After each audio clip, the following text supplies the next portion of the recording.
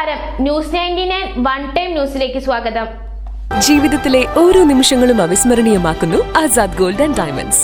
Azad gold and diamonds, Thazhepalam, Tirur. ക്ഷേത്രത്തിലും പള്ളിയിലും മോഷണം. പ്രതിയെ മണിക്കൂറുകൾക്കകം താനൂർ പോലീസ് പിടികൂടി. താനൂർ നടക്കാവ് പള്ളിയിലും ശോഭപ്പറമ്പ് ക്ഷേത്രത്തിലും മോഷണം നടത്തിയ പ്രതിയെ മണിക്കൂറുകൾക്കകം പാലക്കാട് നിന്നും താനൂർ പോലീസ് പിടികൂടി. കരുവാരക്കുണ്ട് സ്വദേശി പുൽവെട്ട ചെല്ലപ്പുറത്ത് ദാസൻ എന്ന മുത്തുദാസിനെയാണ് താനൂർ പോലീസ് മണിക്കൂറുകൾക്കകം പിടികൂടിയത്.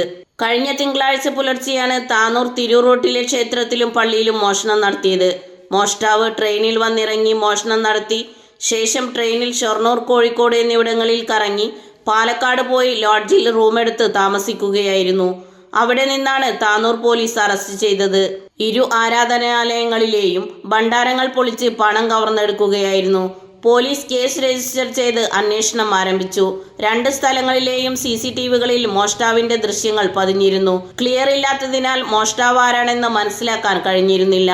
താനൂർ DYSP VV ബെന്നിയുടെ നേതൃത്വത്തിൽ inspector Tony J Mattam, SI മാരായ NR സുജിത്, സുഗീഷ്, ASI സലേഷ്, ലിബിൻ, സെബാസ്റ്റ്യൻ, സുജിത് താനൂർ, ഡാൻസ് ഓഫ് SI പ്രമോദ്, അനീഷ് ബിജോയ് എന്നിവരടങ്ങിയ അന്വേഷണ സംഘം മികച്ച അന്വേഷണത്തിലൂടെ പ്രതിയെ തിരിച്ചറിഞ്ഞു.